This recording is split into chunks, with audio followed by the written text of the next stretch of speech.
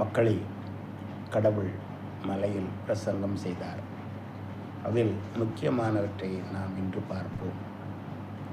கடவுள் கூறினார், மகிழ்ச்சி என்பது அதிகாரத்தினாலும் சொத்துக்களினாலும் வருவது அல்ல, மாறாக தாழ்மை, அன்பு, உண்மையான இருதயம், தயவு இருந்தால் மட்டுமே உங்களுக்கு மகிழ்ச்சி வரும் என்று கூறினார். இரண்டாவதாக, நாம் உண்மையாக இருக்க வேண்டியது கடவுளுக்கும் நமது இருதயத்துக்கும் தான், வெளி உலகிற்கு அல்ல. ஆகவே நீங்கள் உங்களுக்கு முதலில் உண்மையாக இருங்கள், கடவுளுக்கும் உண்மையாக இருங்கள்.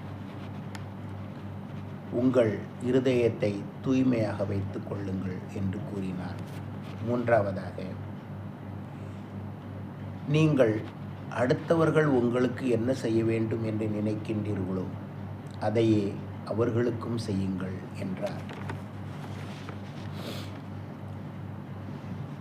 நான்காவதாக, நீங்கள் எதை செய்தாலும் கடவுளுக்கு முன்பாக நல்லவர்களாக இருக்க வேண்டும் என்று நினைத்து கூறுங்கள். பப்ளிசிட்டிக்காக செய்ய வேண்டாம் என்று கூறினார். ஐந்தாவதாக, நீங்கள் ஃபாஸ்டிங் இருந்தாலோ ஜெபம் செய்தாலோ எளியவர்களுக்கு ஏழைகளுக்கு கொடுத்தாலோ அதை உண்மையாகவும் யாருக்கும் தெரியாமலும் செய்ய வேண்டும். அதையும் நீங்கள் விளம்பரத்துக்காக செய்யக்கூடாது என்று கூறினார். ஆக கடவுள் நம்மை ஏன் அழைக்கிறார்? ஒருவரை ஒருவர் அன்பு செய்ய வேண்டும் என்று நம்மை அழைக்கின்றார்.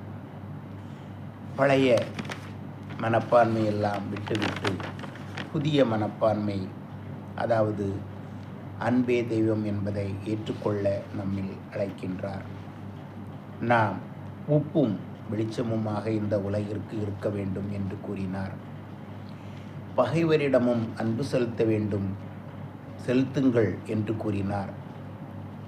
நம் உள்ளத்தின் தூய்மையையும் நேர்மையையும் நாம் கடைபிடிக்க வேண்டும் என்றார். ஜெபம் செய்யும் போது நம்பிக்கையுடன் செய்ய வேண்டும், அப்பொழுது உங்களுக்கு கிடைக்கும் என்றார். எல்லாவற்றிற்கும் மேலாக உன்னை போல் பிறரையும் அன்பு செய் என்றார். இதுதான் முக்கியமான பிரசங்கம்.